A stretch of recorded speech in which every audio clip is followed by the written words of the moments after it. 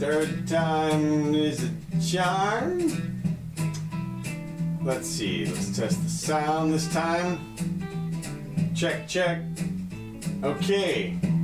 I just did a fantastic intro a minute ago. Yeah. But you guys missed it. So anyway, we're back. This is the Jimmy Doane Show.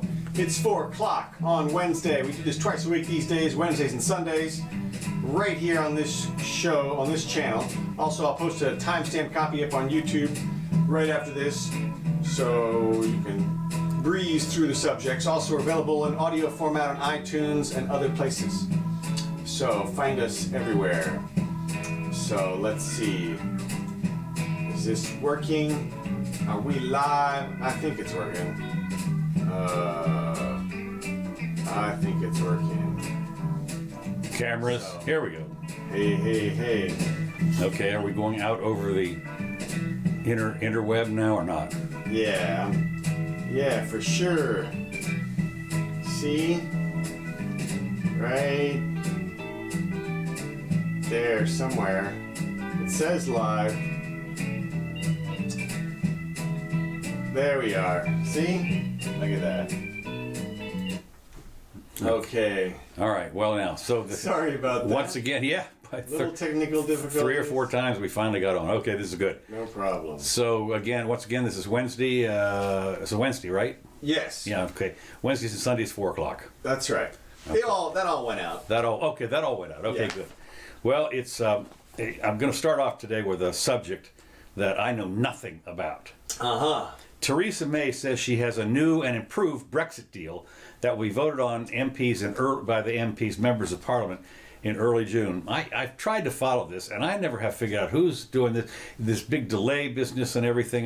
They barely passed it the first time, and they had 3 years. The Prime Minister has called for a do-over. Right. Well, something like that. Do-over. Yes, that's what's going on. Is that what it is? Because it's a do-over by the MPs. I mean, they had a vote by the whole country, right? Yeah. Okay, and that was like 52 to 49 or something.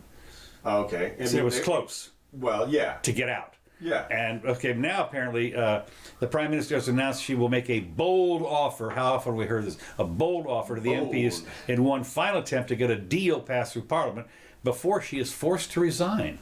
If her last ditch deal doesn't pass in June, it's likely the UK will leave the EU with no deal. No deal. So that'll be interesting because there's a lot of people. Howie Mandel comes out and slams the box down. Yeah, right. No deal. That's right. So let's see, the measures to be included in the forthcoming WAB, the Withdrawal Agreement Bill, aimed at securing cross-party support. They're going to consider plans for a series of indicative votes, which apparently what they do is they take a what do they call it here in our Congress? It's a non-binding. Kind of a non-binding vote, raise your hands, and then we're going to see if we're going to do the real vote.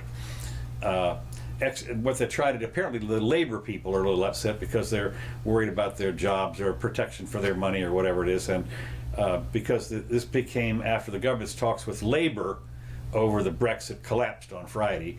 So again, they're going to vote in June, here another week or two or something, and if the MPs, I don't know how many people are in Parliament anyway, but if the MPs, a couple hundred, right? 300 or something? Yeah, I guess, yeah. When you see the picture, actually, when you think about it, when you see that picture, there's like 4 benches, and it goes pretty far deep. Yeah, it's nice. It's hundreds. Yeah, I guess it's interesting. That makes sense. Okay, so anyway, so I guess we'll find out whether there's going to be, the question is, if the MPs say, let's go ahead with it, then the question is, since March 21st or something, they were supposed to have had a pathway to do it. But if they don't pass it this time, there's no pathway. They just get out. Okay. Okay. I don't get what it means, but I bring this up because it was at the top of my thing here. Well, I mean, I understand what's going on. I mean, we've talked about this before. They set up. They took a vote, as you recognize, a couple of years ago. Right. And they said in or out, and the people said we're out. Okay. So then the question was, all right. Well, how are we going to get out? Section 51, whatever it was. And they said, look, you got 2 years to figure it out. And they put Theresa May in charge, and she came up with a plan, and they were like, "You call this a plan?" And of course, yeah, exactly. And the way that it was always rigged, the exit was always rigged, whereby if they could agree to a plan prior to the 2-year deadline, then they agree to a plan. But if they don't, then the Brexit happens, what they call the hard exit, which is the no deal. And so very disruptive, one would imagine, or at least obviously to a lot of vested interests, disruptive. Right. Well, that's the key. Right. Because when you think about it, one of the real problems they have is the visa problem. Because they got a border up there in Ireland that's like as transparent as our Canadian border. Right. And one of them's going to be in and one of them's going to be out. I mean, woof. Yeah, well, that is one of the big problems, and that's, I think, where the labor and everybody comes involved. But that seems to be, not to me, one of the biggest sticking issues. I mean, I would imagine that the financial concerns are probably They have one thing. Of course, the Brits have all kept their money. Right. Which is sort of one thing. Right. But apparently there's going to be a new round of visas or something. If you want to go from France to England, you have to have a visa. Well, look, they're separating. So yeah, what they're saying is no more free movement, including, that is, no more, Britain's not included in the free movement pact, which was established through all the European countries there in one of their little treaties. But what the interesting thing about this, although I think it'll be disruptive at some level. Of course it will be. Well, yeah. I mean, it'll have an impact on the EU and their economy, one way or the other. But I don't think that it'll be overall terribly disruptive. That is to say, the companies and the needs are still in place. It's not going to destroy that. It's just going to mangle the trade agreements that are currently in place, or erase them completely. Or so my point is that I think they'll recover nicely, but what'll be interesting is to see if any of the other countries take Britain's lead. Well, we've talked about that too, because a couple of them are a little gun shy. As well, as far as I'm concerned, as well they should be. It's hard to have. It's bad enough when you've got 170 languages in the Los Angeles school district, collapse city or something. But you can say, I'm going to walk from Italy to Germany, but I tell you, talking along, maybe they use English. I don't know. It's just. Well, English is obviously spoken by 30 or 40% of the population over there, I think. But what I'm getting at is just what you just said. The question is, does Germany want to continue to support countries like Greece, right, and Italy? I mean. Yeah, Ireland, and what is exactly going to happen in terms of the relationships there in the not too distant future? I guess we'll see. Well, but because one of the things you have to break it right immediately down on a very one-on-one level. That is to say, the high-end restaurants, for instance, might want some French wine. Mm-hmm. So they might have to go to the actual wine guy and say, we'd like to buy 30 cases. I mean, so what? Mm-hmm. I mean, it's a little disruptive. Or the distributors, at any rate, will have to maybe renegotiate what their stuff is. But it'll basically happen one-on-one very quickly. Yeah. If you're going to either import or export one way or the other, it just means that on a personal level, I'm going to have to go do something. Yeah, I would imagine that a lot of business interests have taken the last 2 years to get their affairs in order. I would think. Yeah, I mean they've hitched up with the right guy. Buyers to sellers and so forth, you would think. So anyway, not my problem. Yeah. Moving on. I thought this was kind of interesting. Good luck with that, mate. Yeah. Oh, I say, Arthur, the Alabama Public Television bans a gay wedding episode. Now, apparently, it's been popular for years. Yeah. This one, I'm a little too old for it, but Arthur apparently is the name of this thing, and for years it's been on public. It's an educational type thing. Yeah, it's the longest running children's cartoon and the second longest running cartoon behind The Simpsons. Wow. They're at 22 seasons or something of this right there, and they apparently touch on all kinds of. Issues.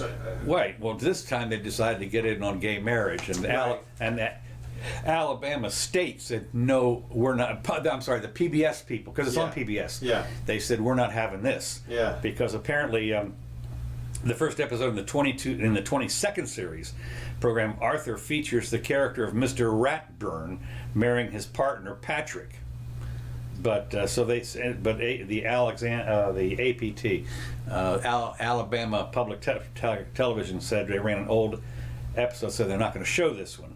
In a statement, Mr. McKenzie said parents trust their children can watch APT without their supervision, and children younger than the target audience might watch without parental knowledge. So they're all panicky that some kid younger than the target audience. Now the target audience, I think, is what, age 2 to 50? 4 to 8. Is it 4 to 8? Yeah. So they're worried about the 3-year-olds. It says right here. I know. Trust their children, yeah. the younger than the target audience might watch without. So we're talking about a 3-year-old. Okay. If it's 4 to 8, younger than that, they're worried that the 3-year-old is going to sit here. This is, in some cases have just gotten out of diapers, and so this is just kind of interesting. Needless to say, there's been a hoorah about this. I mean, big hoorah. There's a lot of people weighed in on this, and Right. backwards, whatever it is. Speaking of movies. Well, what do you think? What are you just gonna?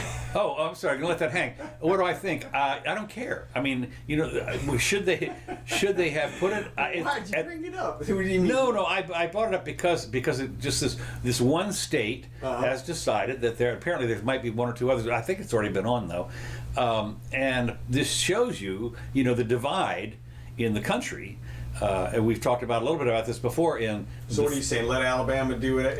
APT do what they want to do? Whatever they want to do. Yeah, right. No problem. I don't have a problem with that. That's, right. Now, it is kind of interesting, as always, that the legislature in Alabama has decided what's good for the entire Well, state. that's the next question: is do you think Alabama should have a public television? I mean, what? No, I've said that forever. Official TV. No, see, that's the thing. I've always said. I've said for years. That the public television is a joke in a lot of respects because It's valuable programming. I doubt it. And the thing that's crazy about it in a way is the idea was it was supposed to be high level interesting programmings from targeting age 4-year-old up through the symphonies, that kind of stuff, Yo-Yo Ma, whatever it is. And ideally there was not supposed to be any advertising. Well, good luck. The simple fact is, if you watch the shows, the only time you can ever watch an entire show is if it happens to be a 1-hour show, because then they do not break in the middle with an ad. But basically, there's 10 minutes of advertising, 5 at the beginning of the hour and 5 on the end. I noticed that the last time I watched PBS, it had begun to use ad. Now, what was interesting is that they didn't call it advertising. No, it's sponsored by. Right. Yeah, right. They would say sponsored by Petro Company Chemical. Right. Yeah, exactly. And then insurance companies. And then you watch like a 2-minute ad for that company, Right. not like a 30-second ad. Right. They got the whole piece of advertising in right there up front. And of course, then they get their money from the begathons, which are just And that as well. Jesus, the begathon. It's like, I forget, they call it Pledge Week. Right. It's like 10 days.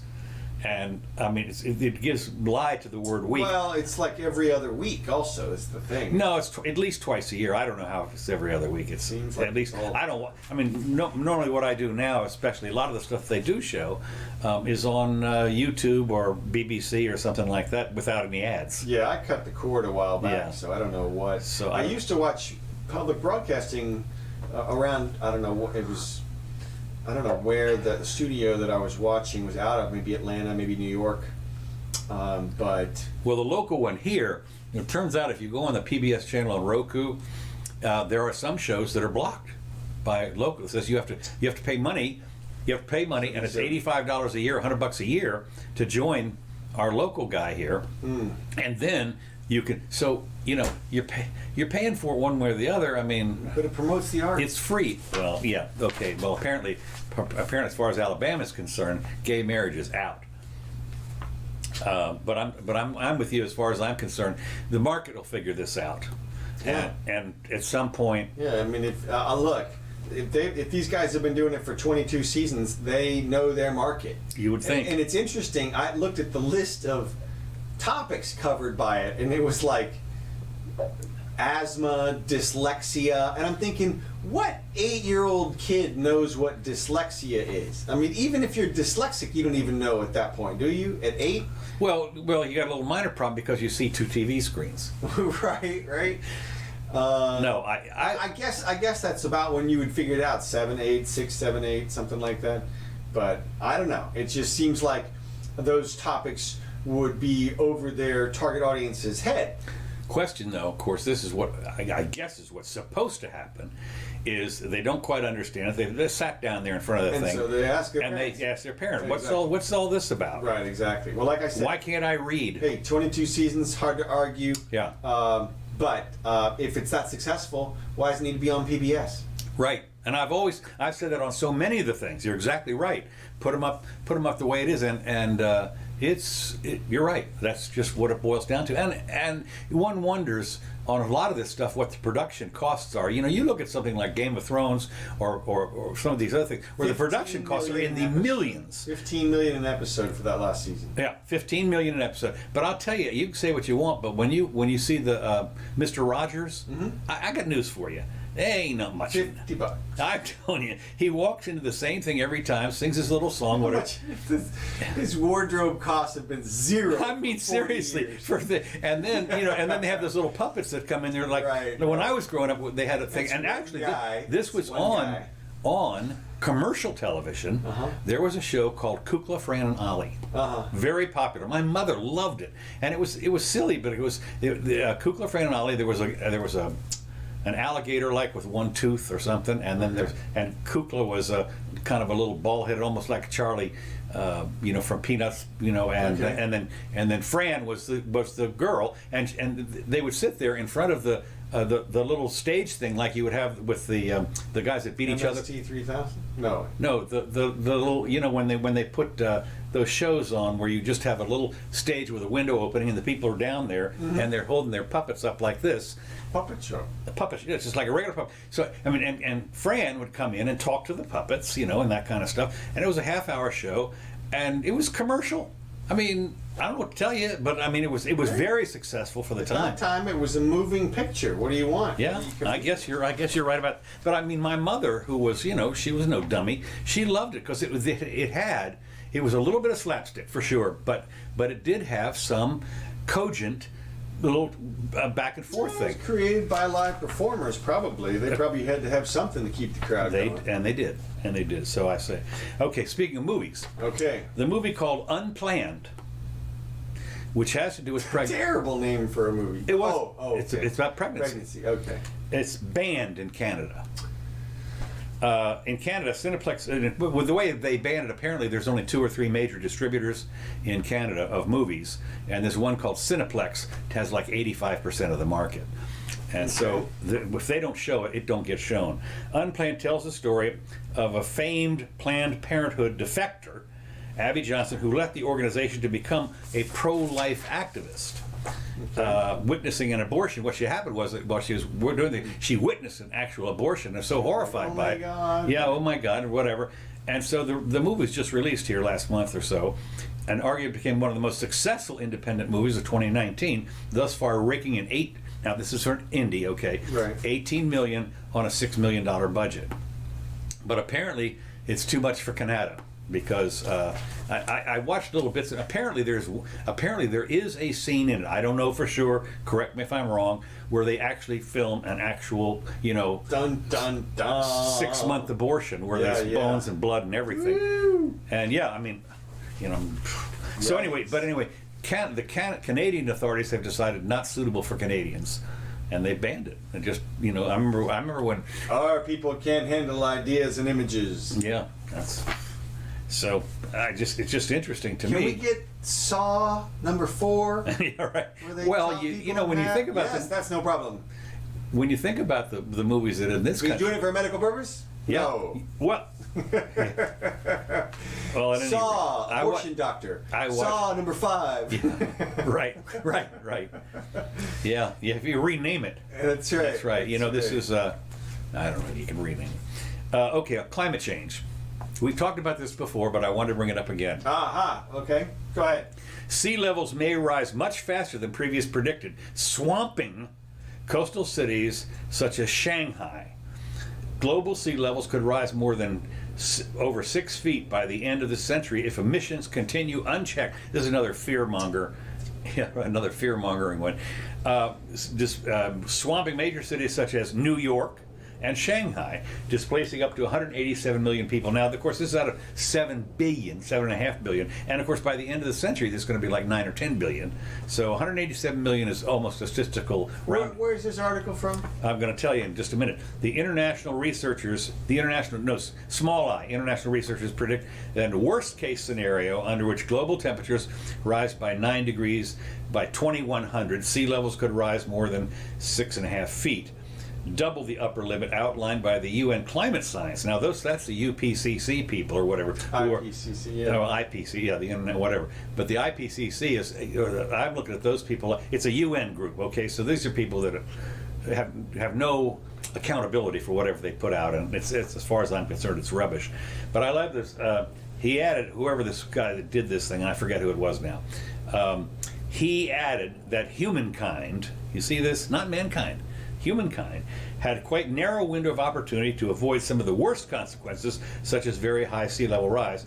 What we decide to do collectively as a species, politically, globally, over the next decade is going to determine the future of the next generations in terms of habitability and the sort of environment we can live in. Scientists are worried that current models used, this is the part I like, scientists are worried that current models used to predict the influence of massive melting of ice sheets have flaws and fail to capture the uncertainties. Well, wait a minute. Uncertainties? Are you telling me that there's uncertainties in this? You mean you don't have all the data?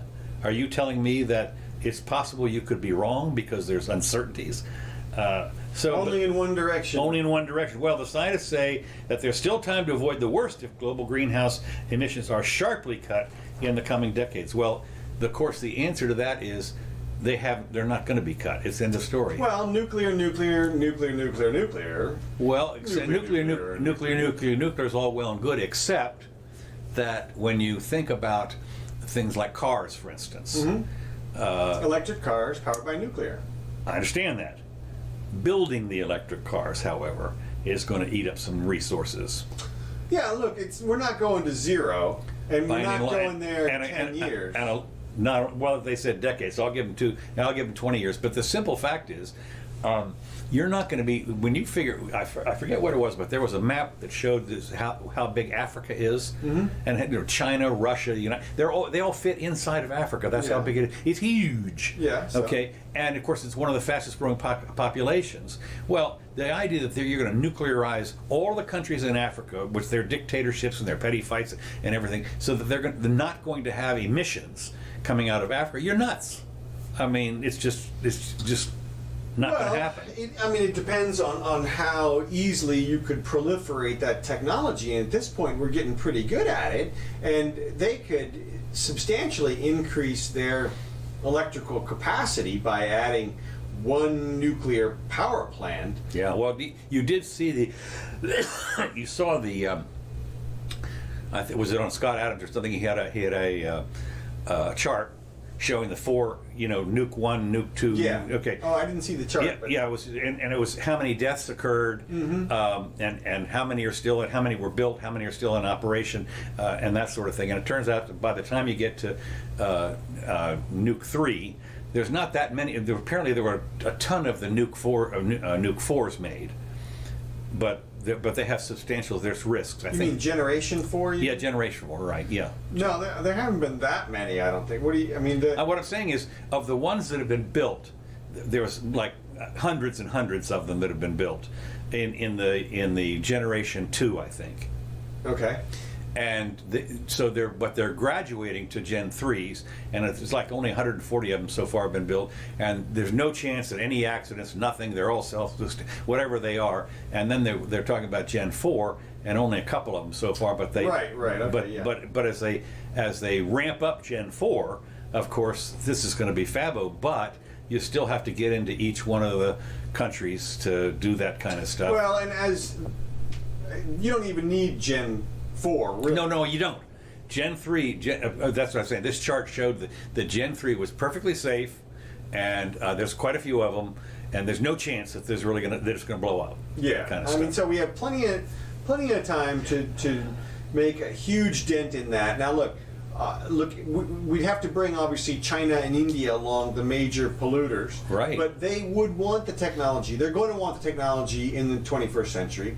And then, of course, if anybody ever Too gets late. to- yeah, right. Well, according to these guys, it sounds like it. But let's take a closer look at the chart here of sea level rise that you can find on nasa.org, okay?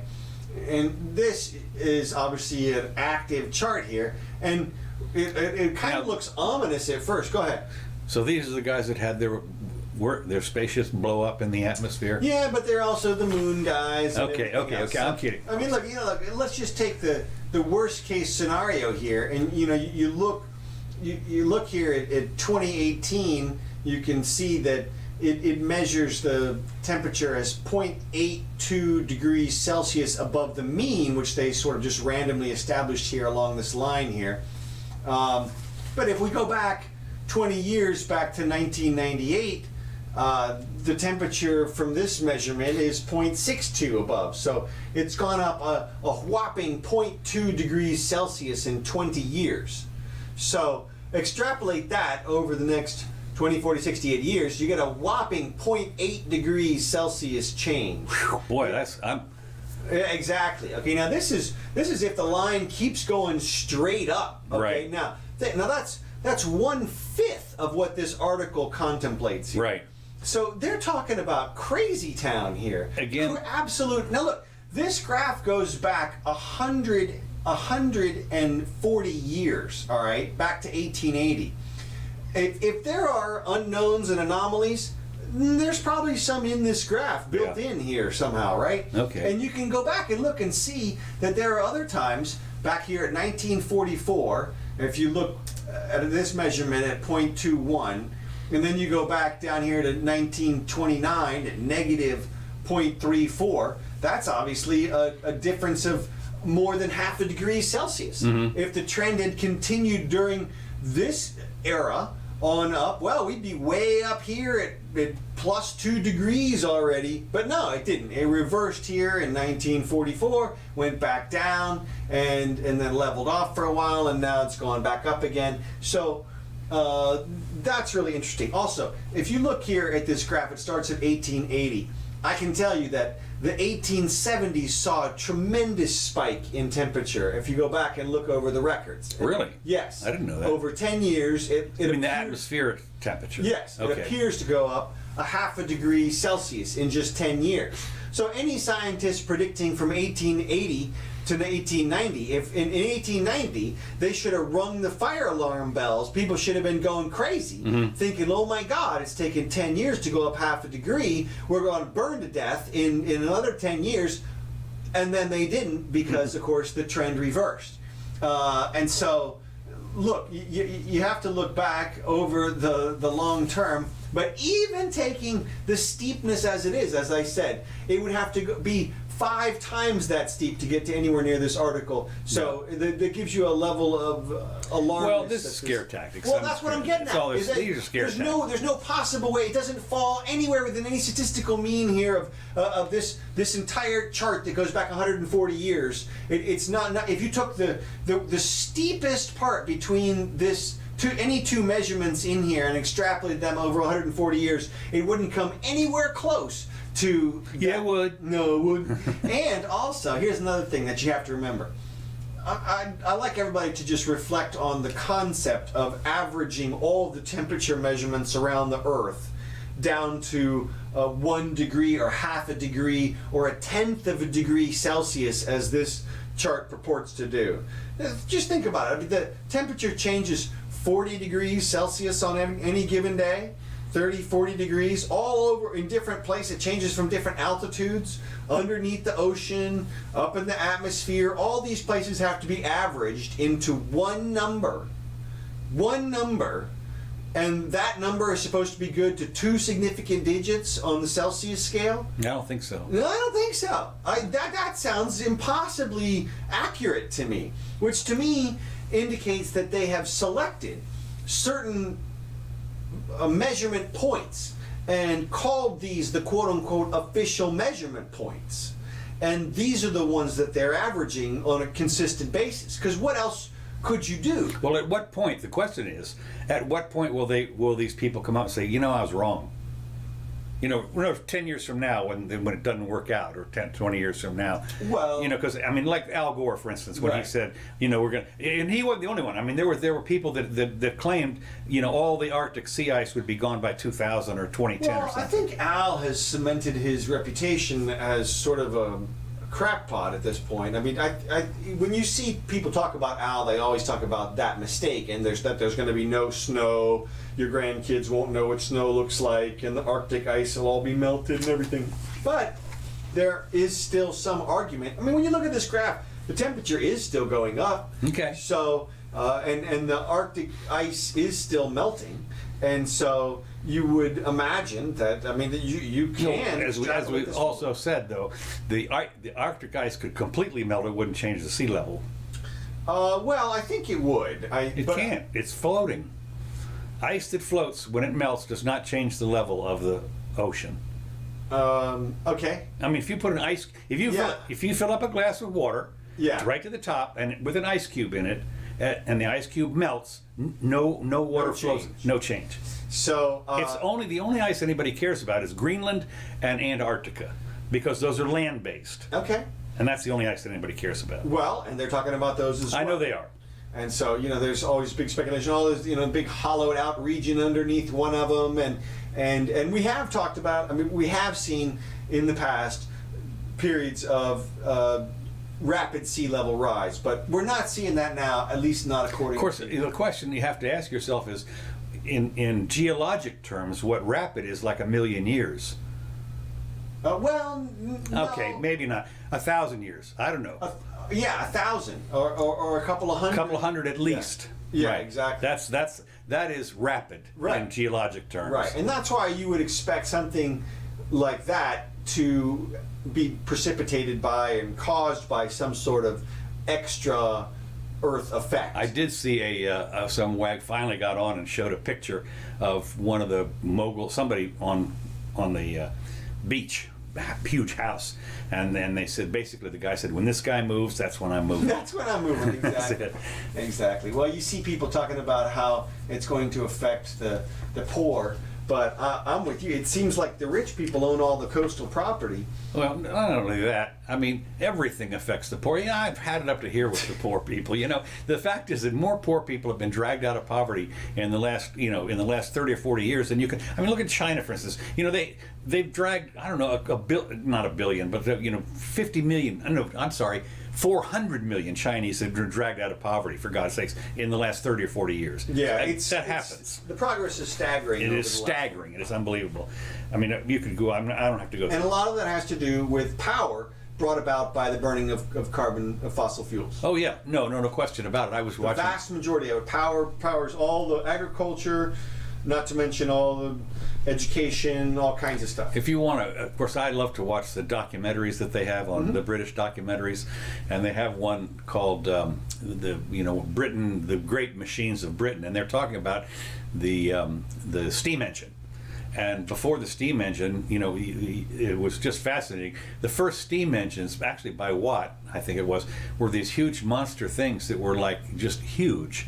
They were like 40 feet tall. They weighed 70 tons or whatever it was. And of course, you couldn't move them around or anything. But they were used almost exclusively for getting the water out of the coal mines, so they could get down and get the tin and whatever they were mining. But it took years, quite a number of years before they shrunk it down to, so you could actually have it move along. And this kind of stuff, when you see that, that kind of progress, to me, if you watch those British documentaries, they're a lot of fun, and they tell you almost everything you need to know. And you see, when the Industrial Revolution is literally in the 1820s and 30s and 40s in England, you talk about pollution and everything going up in the sky and all this kind of stuff, but the standard of living was skyrocketing at that point. Right. So it's just interesting. Let me move along. Texas has become the 11th state to ban red light cameras. Now, we've always, a lot of us have said, I remember my first I remember I was out in Riverside, California, I think it was.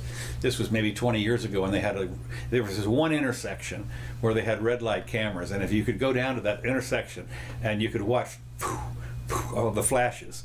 And apparently they did a study, and that's what people were upset about, because the revenue that came from that, because it was like $50 for running a red light, and of course running a red light means that you didn't get all the way through before the red light happened. Or that can't be. But go ahead. No, what happened is apparently if you were still in the intersection, more or less, if your tail light was in the intersection, you got flashed. And you had to pay because you had run the red light. Actually, you'd run the yellow light is what happened. Right. See, but it only makes sense if you entered the box and the light is still yellow, then you should be okay. Should be, except they sued one city because some computer guy went out there in time and found out that they had shortened Right. the yellow light by a second or two, and suddenly their revenues went through the ceiling. Yeah. And of course they didn't want to give that up. So anyway, so Texas making a lot of has banned. Yeah, it was all about the money. So it's going to get, that's the 11th state. I think they're banned. Are they banned? They're banned here in Florida, aren't they? Well, we had some controversy over it at some point. We had some more controversy over our DUI machine. I know a lot of those were thrown out at some point. I'm not sure what the current status of it is, but I just tell everybody, get a self-driving car as fast as you can. Right. Get out of the target. We're going to talk about that in just a minute. Because self-driving trucks to begin mail delivery in the U.S. in the test for the U.S. Postal Service. San Diego-based startup Too Simple, cute, said its self-driving trucks will begin hauling mail between USPS facilities in Phoenix and Dallas to see how the nascent technology can improve delivery times and costs. Now, they're still going to have a safety driver and an engineer on board. Well, but I guess they're going to just, kind of sit there, read a book or something. And if successful, could mark an achievement for the autonomous driving industry. And what they're talking about here is It's like, think about that job. Like, all right, listen, we need you to sit in this truck in the front seat, in front of the wheel. The computer's going to drive the truck. well, how about the engineer? But you're going to be there in case something goes wrong. Right. Well, wait, what? well, not only that, how about the engineer who's sitting there in the passenger seat? Right. No control for him. He just watches. He watches this whatever it is unfold in front of him. It's like having a ghost drive your car or something. Yeah. Like you gotta. What I'm curious to know about, of course, Don't freak it out. What I'm curious to know is they're talking about from Phoenix to Dallas, which I wonder if they have to fill up in between that, if they have to pull off and get in. Phoenix to Dallas, that's close. Yeah, it is. I mean, because Dallas is pretty far. I'm just trying to think. Phoenix to Dallas, that's about a day's. That's in a car. It's a day's drive. Yeah, exactly. I mean, it's 8 hours or something. In a car, you're filling up. Yeah, you are. That's a full tank, absolutely for sure. Yeah, for sure. From those two. So the question is, they have like 100 gallons of fuel, but they're only getting like 5 miles to the gallon. So 500 miles. Well, that's maybe it's close. It is close, but again, you wonder if it starts to get down. Is there a sensor that says turn off at the next exit? Right, and the truck does, and the driver's like, no, my job. Engineer's like, and then pull up in the gas nobody station. Nobody knows how to fill it up. That's the problem. Well, that's when you hang out your little wheelchair sign on the door. Oh yeah. And honk. And they're supposed to. I think by law they're supposed to come out and fill you up. The robot. Yeah. The robot hangs. So anyway, it's if successful, it could mark an achievement for the autonomous driving industry, and a possible solution to the driver shortage, which there is apparently a pretty bad driver shortage, which surprisingly, in a way, means that they're not paying them enough. I think, but somebody told me there's like 40,000 driver shortage or something. What? Okay. Keep going. Anyway, and regulatory constraints. Now that's the big deal. Are the regulatory constraints? Yeah. Because faced by the freight haulers, because they have to stop. You can't drive more than X number thing. You have a logbook. It all gets electronically tagged and everything. And if you try and get an extra cup of coffee or something like you have to rest this many hours, and usually what happens in some of these cases, as they do in airplanes, you're there with your wife who's also a driver, say, and then you go rack out for a while and just keep on going. I don't know. And of course, how do they tell? I don't know. But anyway, there's regulations all over the place. Yeah. And they maybe some of them. Well, I'm thinking there'll be new regulations. This is all changing, though. Yeah. This is as soon as these things get better at driving, then Well, we'll find out. This is going to be a good one. that's a big test right there. Okay, well, now we got another problem here. And Japan is running out of phone numbers. So it's making longer phones. It's going to add another 4 digits to the now.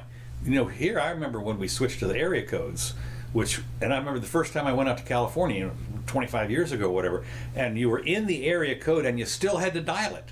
Here in the 60s, here in Gainesville, you could dial the last 5 digits or something of the number. That's all, 5, and it would connect up. That's how you didn't have to dial the 3. I remember the good old days. It was the mid 60s, for God's sakes. It wasn't that long ago. You just picked it up and told Betty who you're trying to reach. That's right.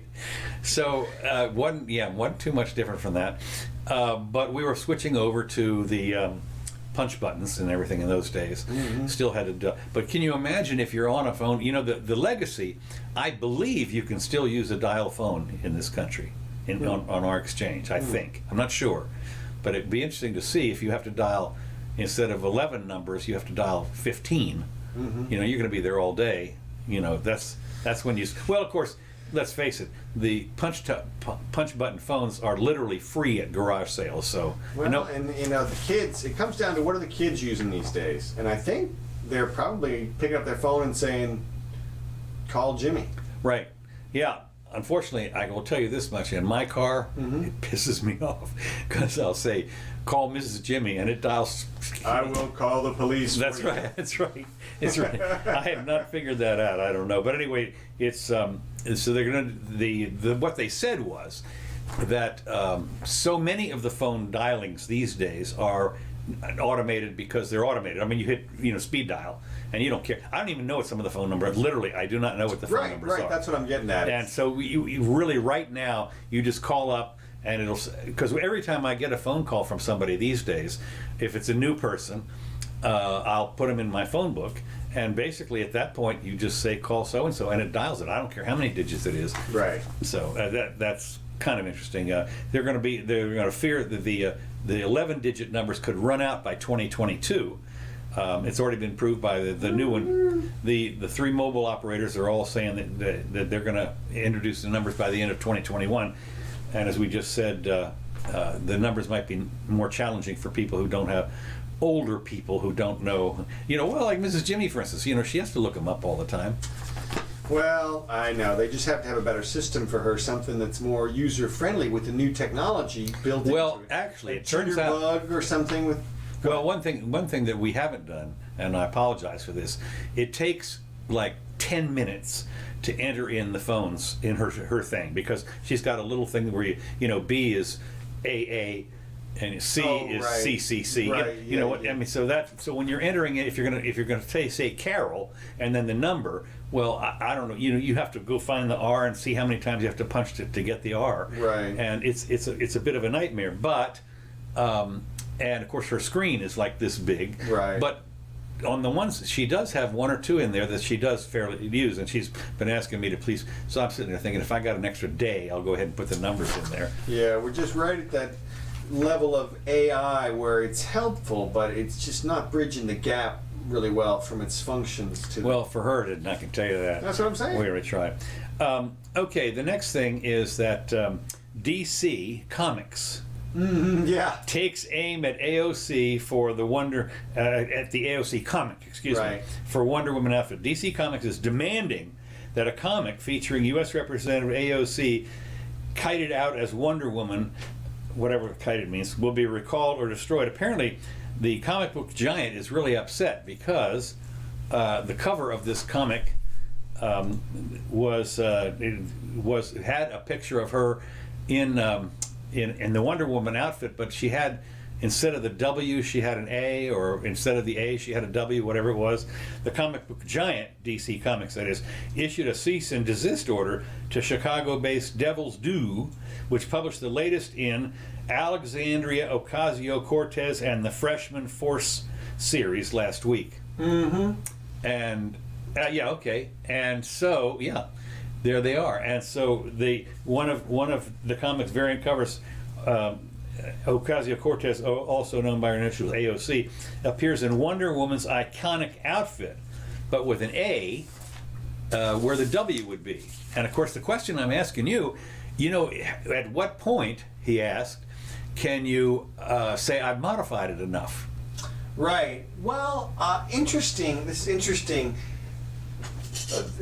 When I saw the comic book to begin with, I'm not sure that these two images are the same as the ones that we previously saw. Yeah, no, they're different. It seemed to me like it had some more red, white, and blue. Oh, it did. I should have sent it over there, but it was just her. It was just her basically from the hips up, I think.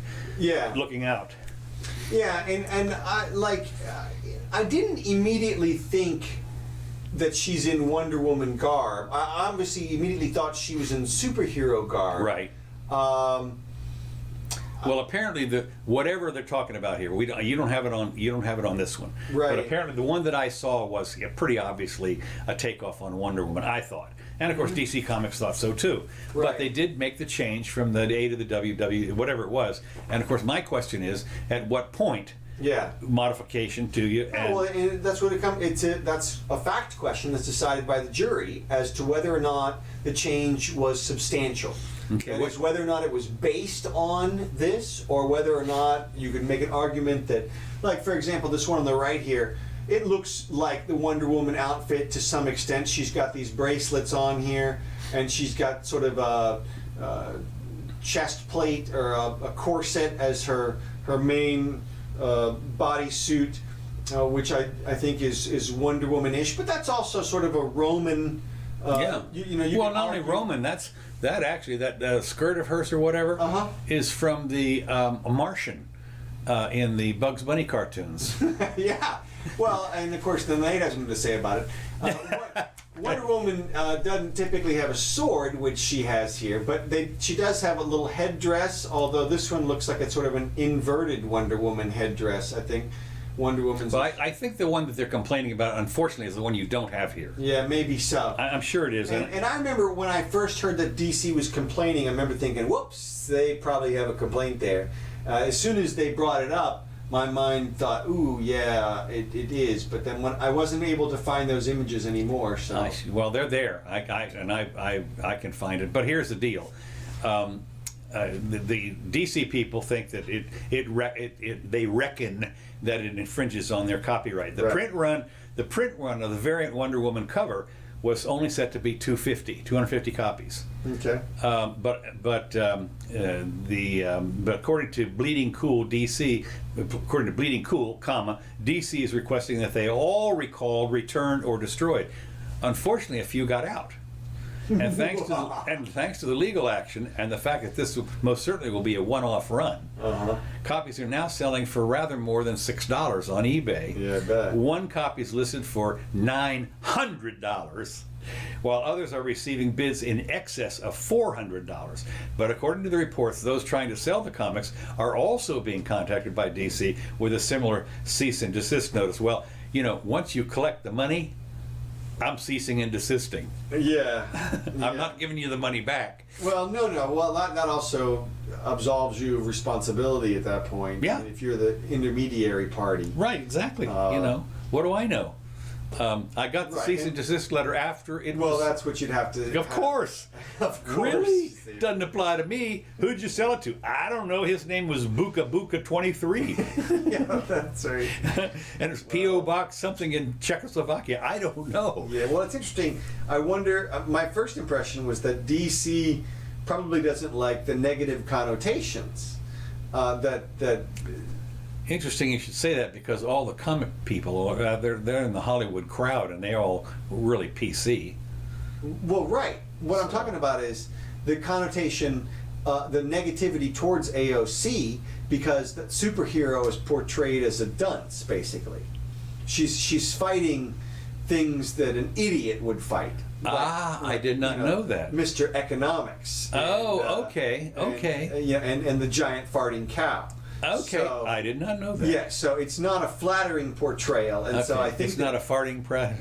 I think they're trying to stop it because they don't like people using their iconic character to lambast one of their should have gotten favorites. one of those. Well, I wonder where they 250. I mean, where'd they sell them? I wonder. Must have been online.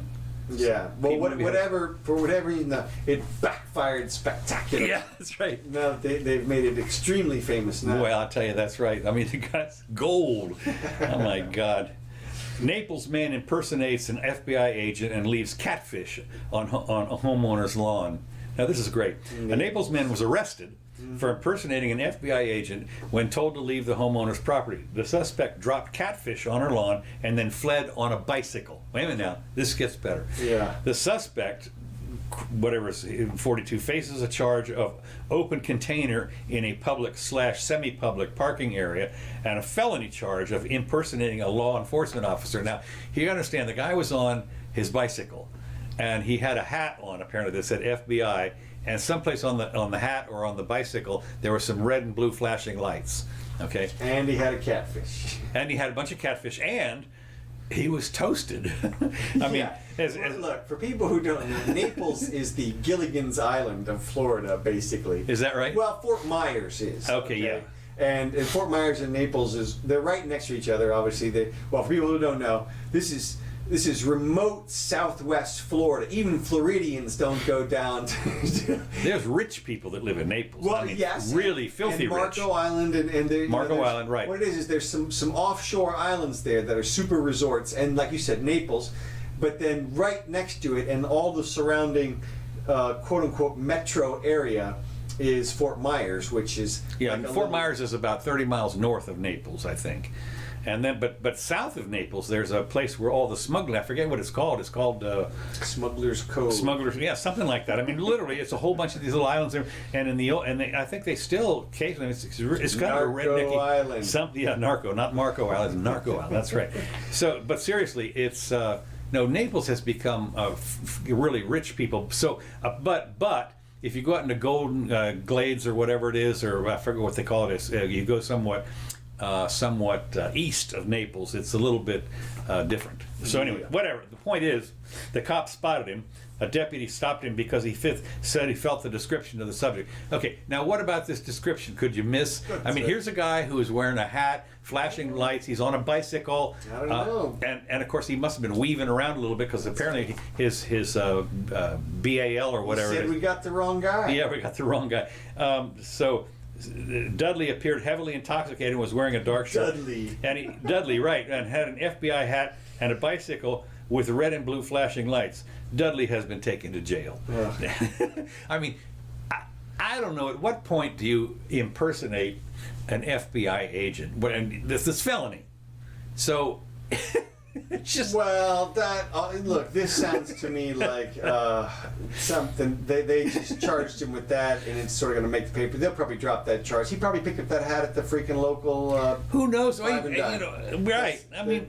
They sell those hats at the 7-Eleven. You can get that. You can get one that says SWAT on it. Oh, you can. Not only SWAT, you can get the one you get that I like is you have a Border Patrol. There you go. You get T-shirt. I mean, they really look like Border Patrol Okay, stuff. so that's not impersonating.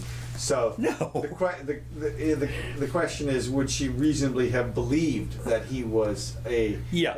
You'd have to be, I mean, some kind of real... He said he was on catfish patrol. Yeah, something. Apparently he dumped his catfish on this lady's lawn, and took off. Right. And the guy came in here and I don't, it's just funny to me that Dudley was taken to jail. They couldn't have just said, look, pal. Right. Where are you? Come on, get real. Okay, now, next thing happened. We're all worried. A lot of people, and this actually goes against something that I've said before. This is a French story. One of the things that's happening in the Western technology period, that is all of Western Europe and the United States, is the replacement of our natives has fallen below the replacement level. That is to say, you need in a society you need about 2.1 births per person or per whatever to replace. We got immigrants. I'm saying the native population. Oh. Now, of course, they're native now, I suppose, but basically, for a cohesive population needs about 2.1 in order to stay at the replacement level. Right. And of course, anything more than that, you can expand your thing. Well, the United States and Italy and all these places, England, for instance, have all dropped way below 2, and so the native population is just aging. and not being replaced. Okay. So, of course, in some countries, as you just said, the immigrants have taken up the slack. But in this French town, they're offering free Viagra to any couples who move there in a bid to boost the birth rate. A French mayor is offering free Viagra to couples in his town, and these to boost the local birth rate. He issued a decree saying he was favorable to the distribution of the little blue pills. Now, there's a little minor problem. Apparently, there is a pharmaceutical restriction that you have to have a prescription in order to get Viagra, as you do here. And but I didn't realize we were going to get to this in a minute. But one of the problems they have, believe it or not, is that their schools are being threatened with closure because there's not enough kids. Okay, what are you looking askance at this? Yeah, well, you said believe it or not, and I'm just kind of thinking not. I mean, I guess so. Okay. But I mean, that's his solution Right. to filling up the schools is Viagra. You know, handed out at like it's just like a needles or something, or I don't know what it is. Couples who already live in the village and others who move there from elsewhere are eligible for the pills. I mean, this is, you know, I don't know where this is exactly, but I might pick up and go. You know, not that I'm actually going to have any kids at my age. Frenchmen normally need a doctor's prescription, so they don't know if Mr. de Bouzet can fulfill his promise. So in Britain, I didn't realize this as an aside, Britain is now available over the counter after the drug was reclassified by the Medicine and Healthcare Products Regulatory Agency. So apparently you can just walk into any pharmacy now and buy it. Of course, it's $20 a pill or something. Well, it begs the question: is this particular French province Protestant? Well, I don't know, but well, of course, a lot of it is. Right. A lot of France is Catholic, yeah, for Yeah. sure. But That's sort of the Catholics' big, or you know, that's one of their big deals. they just have kids. I know, Yeah. I know that, and of course that was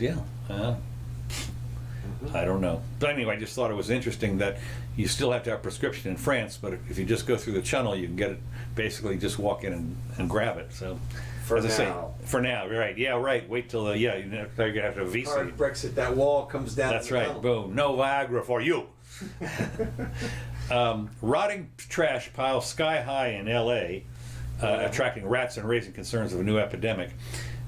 This is. Now, is this from stuff that was thrown out after the Game of Thrones set? Yeah, that's right. That's right. And so, reporting notorious trash pile in the city's 311 services hotline. The I-team, I don't know, whoever that was told it could take up to 90 days before you clean up this huge pile of trash. Rat-infested piles of rotting garbage left uncollected by the city of Los Angeles, even after promises to clean it up, are fueling concerns about a new typhoid epidemic, because apparently the fleas carry typhus. Even the city's most notorious trash pile, located between downtown LA's busy fashion and produce district, continues to be a magnet for rats. Because every time they clean it up, apparently people just start trashing it all over again.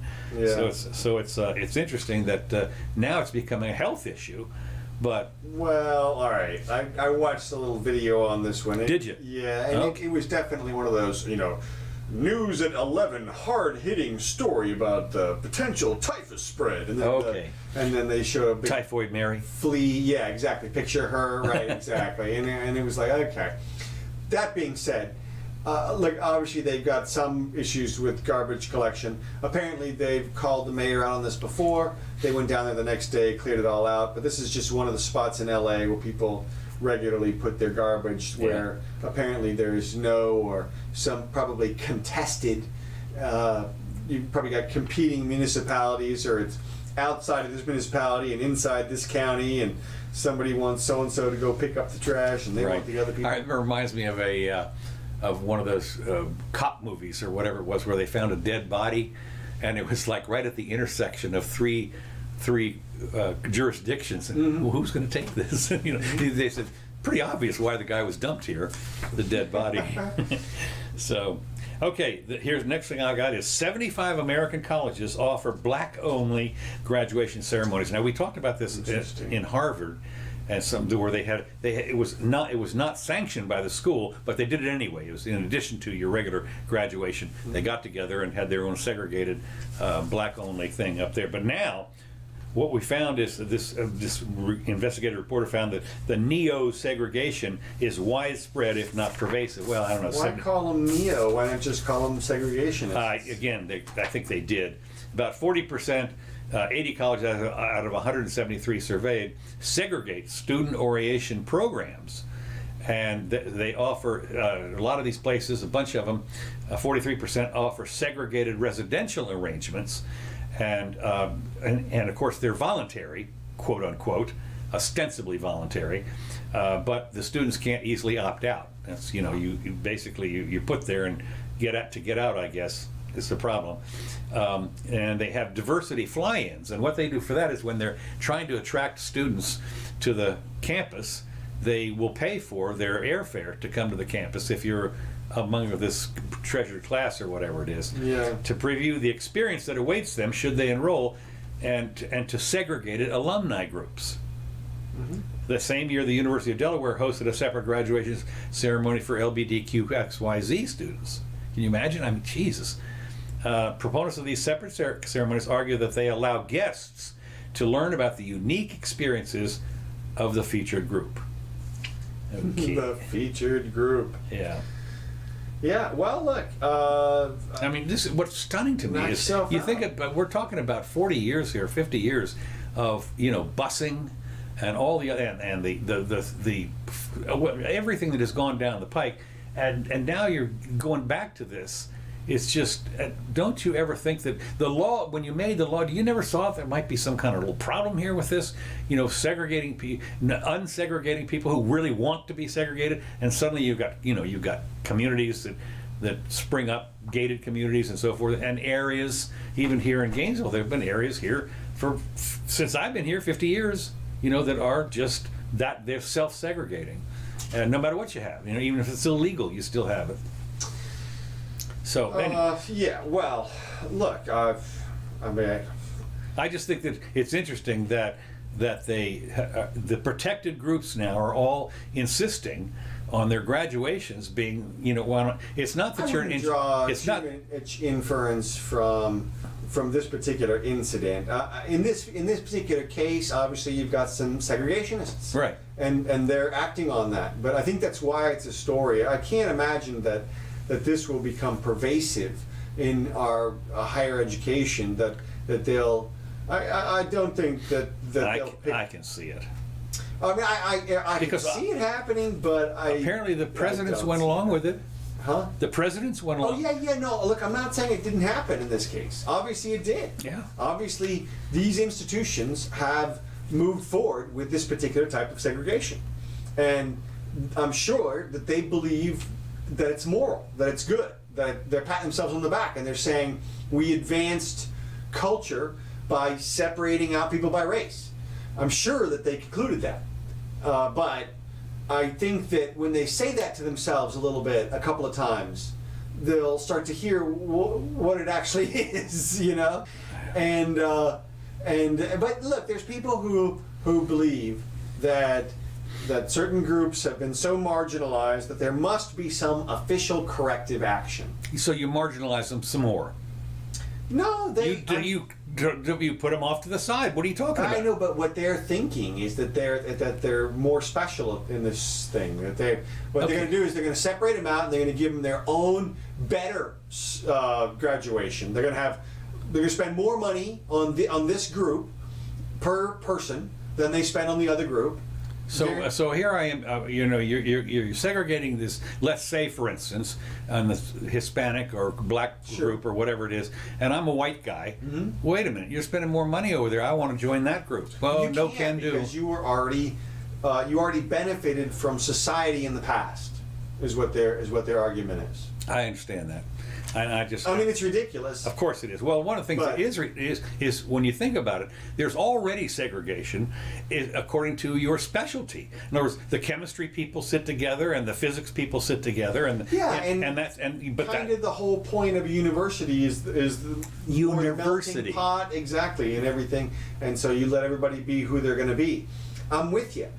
Look, like I said, what I'm hoping is that this is a fringe group of people who picked up on these movements, which I'm hoping are fringe movements, and they have ran with the ball, and they got that thing done. But I think it won't be long before it's a light is shined on them. And like we talked about a few weeks ago, there was some meeting in Georgia where they excluded all non-white reporters, and things like that will be seen as. I mean, non-black. They excluded non-black. Yeah. Okay. So those things will be seen as excluding people, as they obviously are, and according to race, obviously. Yeah. I saw another one that had to do with another group, but I can't find it right now. Go ahead. Well, we're about over time. Here it is. Go ahead. Do you have some stuff? Well, another along that same line. Calvin Klein had an advertisement where they had a model kiss a robot. Really? Yeah, and so what? Now, what was it? Was this robot like a blow-up doll or something? Yeah, she's like a hot robot chick. Okay. Okay, and so was the model. Okay. Okay. So what do you think? Robot love. What do you think the controversy was? Like if you were Calvin Klein and you were in their advisory committee and they came to you and they said, we want to post this ad, and you said, you better watch out for the people who don't want to see robots making them. That's where I went, because that to me seemed the thing. No, it was they had an objection because the girl that was kissing the robot girl was not a lesbian model.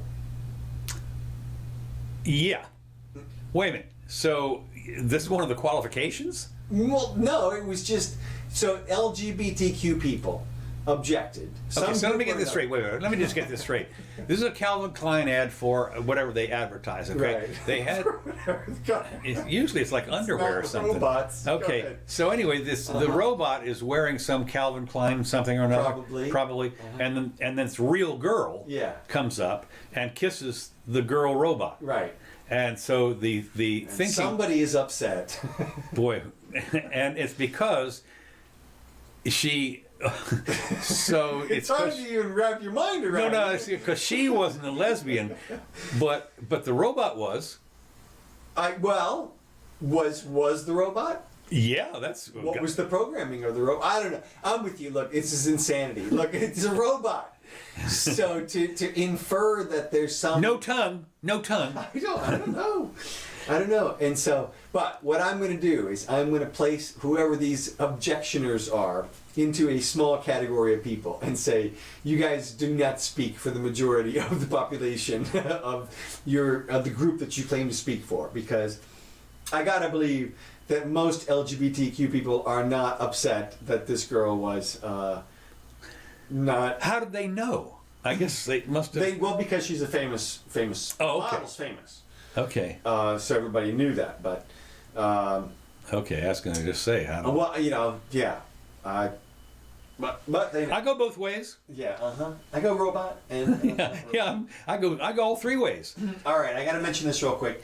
Oh, geez, we're over time. Yeah, but Belgian doctors have called for the prosecution of parents who raise their kid on vegan diet. I heard. Yeah, we didn't talk about this last week? No, you and I talked about it over dinner. Okay, right. Yes. But, I mean, yeah. So this is a Department of Child Health. They said is if you got your kid now, when you think about it, just for a second, for what it's worth, your first year or so of life is all vegan. You know the little jars, that's all peaches. Well, but you're getting milk though and formula. Oh, that's true. Well, yeah. Oh, is milk forbidden in the vegan diet? Yeah. Ooh, I didn't know that. Yeah. Oh, boy. So now you got to do soy milk. Right. Okay. Vitamins and all kinds of stuff. So the deal is if your child is so you take your child into the doctor and what is he 4 or 5 years, right? She's 4 or 5 years old. And then what? Well, what happened was 19 kids showed up malnourished at the hospitals. Oh, okay. And they were like, hey, what's going on? And they're like, yeah, well, we just feed him grass or whatever. We don't know why he's not growing. And they were like, well, okay, so and again, I don't know how many of these doctors it is. This is just a news story, obviously, but it's interesting that what we're seeing here is a push by officials to intervene in family decisions. This is the officials want to decide what these families can feed their children. And one can imagine easily a law passing whereby the officials order either a carnivore diet or a vegan diet or an omnivore diet or any kind of diet for your kid, based on the theoretical potential health. Paleo. Whatever, that's it. And you're a couple of vegan parents, and they've sentenced your kid to paleo diet. And that's when I say sentence them, that's what it is. From my perspective, this is the type of interference in family matters that the government was never contemplated as being involved in. Oh, you say that. The Ninth Amendment. But it's in our Constitution in Florida. Well, it is now. Yeah. It is now. The primary responsibility for all minors lies with the state. Yeah. Is how it's phrased. Yeah. And that includes diet. But this is Belgium. We haven't seen it over here just yet. I mean, I have seen kids sentenced to particular medical regimens. And I've seen kids removed from their parents' prescriptions and put on other prescriptions. And I've seen the parents disciplined for making what were ultimately considered to be right choices about the medication. But this is a new level, so we'll see if it comes to over here to the States. Okay, real quick, a billionaire, Robert Smith, pays off all the student loan debts to an entire graduating class from Morehouse College. He was the commencement speaker. I think his son or something was in the. Okay. He was related to somebody in the thing, and he's black, African American, I think, billionaire, and he decided to go ahead and pay off all their student debt so they could have a nice fresh start. Well, you see the hoorah that erupted over that. Well, what do you think about that? It's his money. You do whatever you want. I mean, I don't. Right. I mean, you can do whatever you want. Of course, they immediately said, Oprah, hey, we're going to invite you to. All you gave was a stupid car. You're right. I mean, then they were talking about, where are the other billionaires, and apparently there was step up. Well, apparently there was a flood of invitations for commencement speakers to billionaires. I bet. And but the people that were complaining there was some rather vociferous complaints that this sent the wrong message or something along these lines, or whatever. And how so? That you've evaded their responsibility. They took on this debt, and you've got to pay it off. Well, don't you think they'll all pay him back? Yeah, right. Well, probably not so much. But of course, then the next thing that happens is what they've learned is that. Do you think he gave it to him outright and said, "This is a gift," or "I'm going to pay it off, and if you feel like it, pay me off"? Or I don't know. Okay. That wasn't in the story. Right. I would say that certainly he wouldn't give it to him as a loan because they already had a loan. I mean, that's what the student debt is all about. Well, right. I will loan you the money. You give it to him at 0% interest. You could, I suppose. That's one thing. And also, then you keep it on their credit report. That is to say, you wouldn't skew their credit report. That was the big deal. That was the big deal. Was they're talking about here they are just starting out, and their credit report tanks.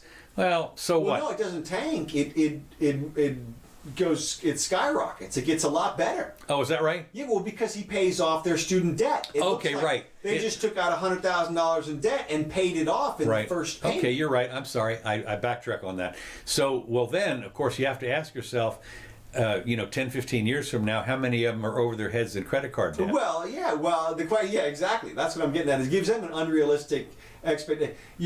First of all, I mean, now their credit's $850. They can go out and buy a house on credit. Right. Do they do that? It'll be interesting to see. Well, you can imagine when they start, how many offers do you get a day in the mail, pre-approved? Right. Well, that's what I'm saying. Now they have a college education and zero debt. So they're starting off better than a lot of other people. Right. So it'll be interesting. But I just thought the reactions to it were all over the place. Yeah, it was. And so I wanted to cover that. Oh my God. Speaking of commencements, this will end on this. Mr. Cook, Tim Cook from Apple, went out and gave his commencement speech. And he said, and I quote, "My generation has failed you.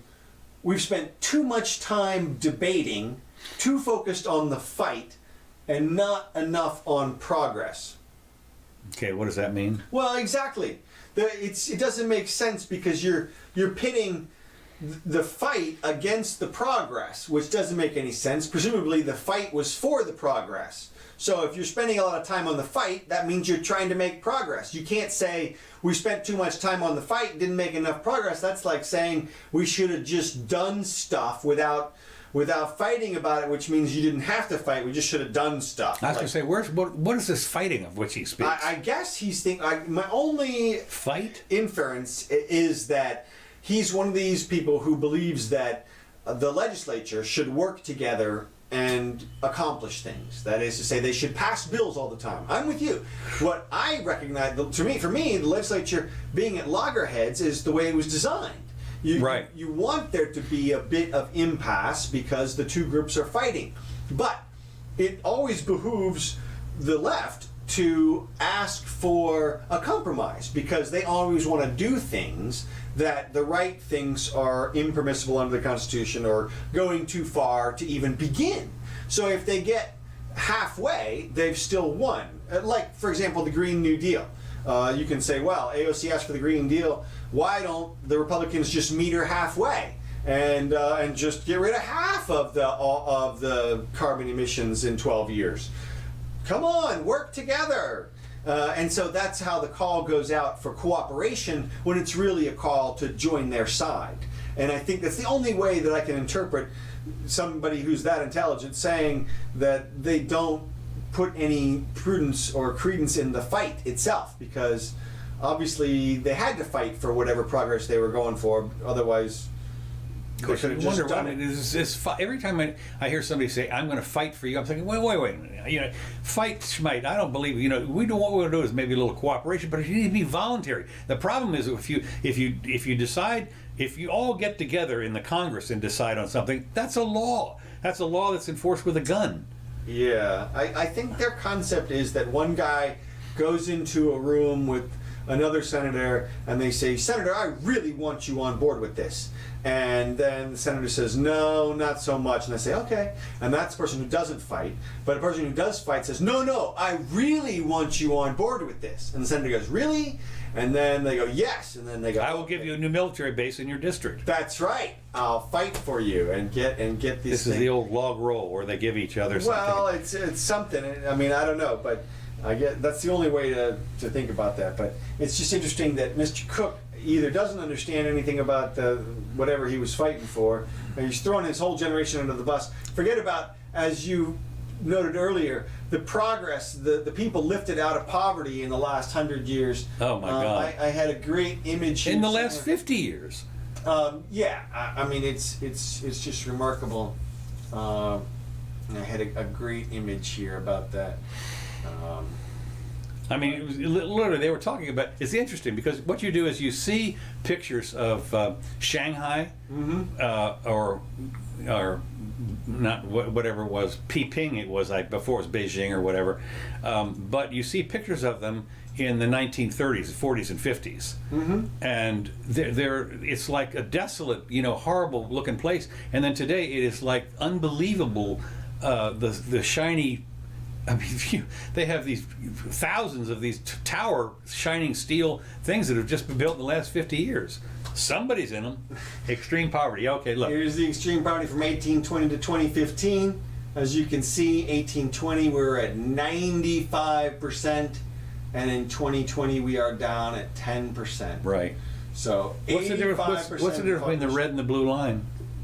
One, they're just making up. No, I don't know. I think it's just probably different groups that are estimating. It looks like they got the World Bank and Roser and I don't know how to pronounce this. Somebody in Morrison, but I don't know what the difference is there. It doesn't say. Well, there's no question that that it really took off in the 1900s, whether you like it or not, and especially say in China. It's just literally within the last 30 or 40 years, hundreds of millions have been lifted out of poverty. So, yep. All right. Well, hey, thanks for joining us, everybody. We really appreciate it. Hope you had a little fun there. We did. So, these tracks brought to you by Kevin MacLeod. Thank you, Kevin. We really appreciate it. I'm Counselor Curtis. This is the Jimmy Doane Show. We'll be back 4 o'clock on Sunday. So join us at that time. And we'll see you soon.